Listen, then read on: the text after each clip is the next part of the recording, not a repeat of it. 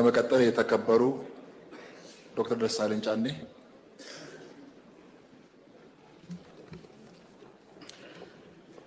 አመሰግናለሁ። የተከበሩ አፈ ጉባኤ፣ ክቡር ጠቅላይ ሚኒስትሩንም ለጥያቄዎቻችን ምላሽ ለመስጠት በመካከላችን ስለተገኙ ማመስገን እፈልጋለሁ። ወደ ከምስጋና ቀጥሎ ወደ ጥያቄዎች ከመግባቴ በፊት እኔም ስለ አባይ መጠናቀቅ አንዳንድ ነገሮችን ማለት እፈልጋለሁ። ስለ ግድቡ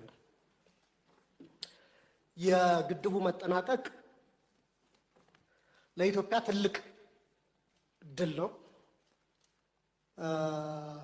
ለሀገራችን የሚፈጥርላት ሰፊ ጂኦስትራቴጂክ አቅም እንዳለ እረዳለሁ፣ አምናለሁ። ዘግይቶም ቢሆን እንኳ መጠናቀቁ በጣም የሚያስደስት ነው።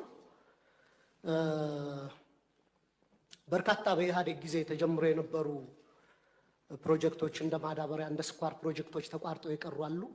ቢያንስ ይህ ትልቅ ሀገራዊ ፕሮጀክት ሳይቋረጥ መጠናቀቁ በግሌም የፈጠረብኝን ደስታ መግለጽ እፈልጋለሁ። ከዚህ ጋር አያይዤ ግን ክቡር ጠቅላይ ሚኒስትር እንደሚያውቁት በአባይ ማስተር ፕላን እንዲገነቡ አባይ ላይ የታቀዱ የተጠኑ ግድቦች 4 ካስኬድ ዳሞች ናቸው። የመጨረሻውን ቦርደር ዳሙ ነው የገነባ ነው። ከላይ 3 አሉና ቢያንስ ሁለተኛውን ከላይ ካሉት ከ3ቱ አንዱን ፕሮጀክት ማሰብ ብንጀምርና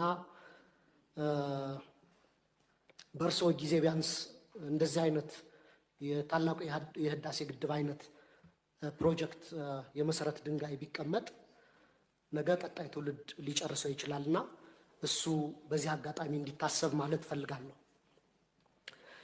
በመቀጠል ወደ ጥያቄዎች አልፋለሁ።